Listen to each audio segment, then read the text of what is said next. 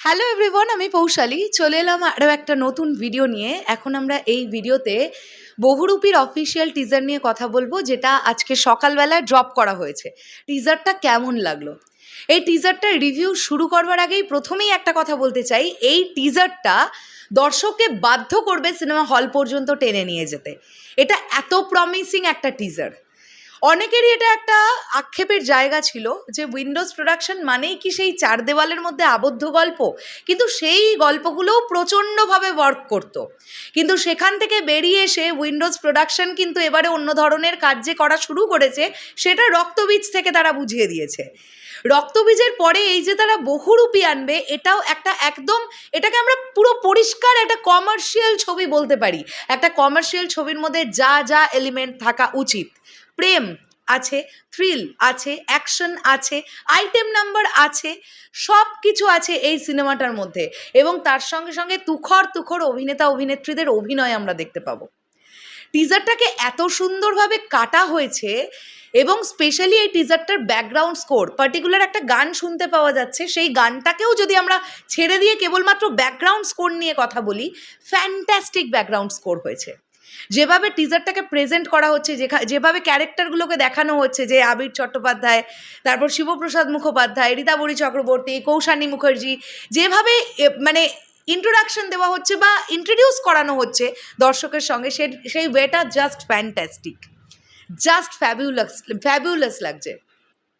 এখানে আপনারা লক্ষ্য করে দেখবেন যে একটি ছেলেকে দেখতে পাওয়া যাচ্ছে যে মুখে রং করছে, আর কি আঁকছে, সেই ব্যাপারটা। তারপরে হচ্ছে একটা পার্টিকুলার মুখোশের আড়ালে একটি লোক আছে, যার মুখোশটা টেনে খুলে দেওয়ার সাথে সাথে সিনটাকে কাটা হয়। ওটা কে আসলে? মানে এটা একটা বড় রকমের কোয়েশ্চেন মার্ক। গল্পটা যে কিভাবে এগোবে, এটা দেখার জন্যে আমি প্রচণ্ডভাবে এক্সাইটেড।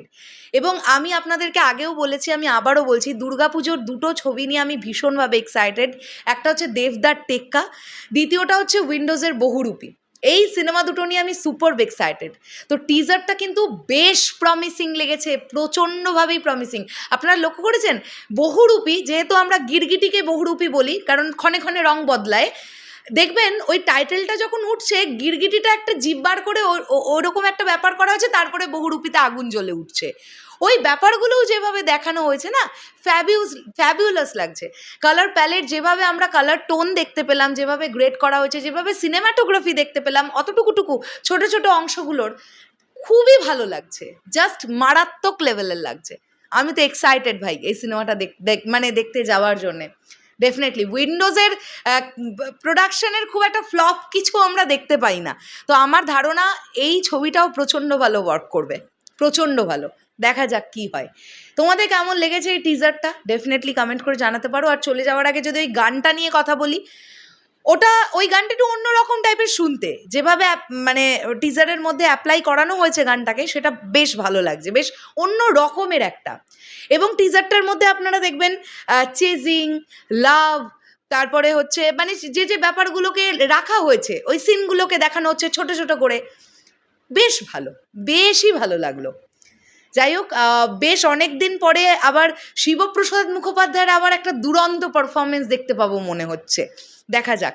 তার সঙ্গে কৌশানী মুখার্জিও মনে হচ্ছে ফাটিয়ে দেবে, তার লুক টুক যা দেখতে পেলাম। দেখা যাক কি হয়। মানে সবাই ভালোভাবে কাজ করেছে, এটাই আশা করি। টাটা।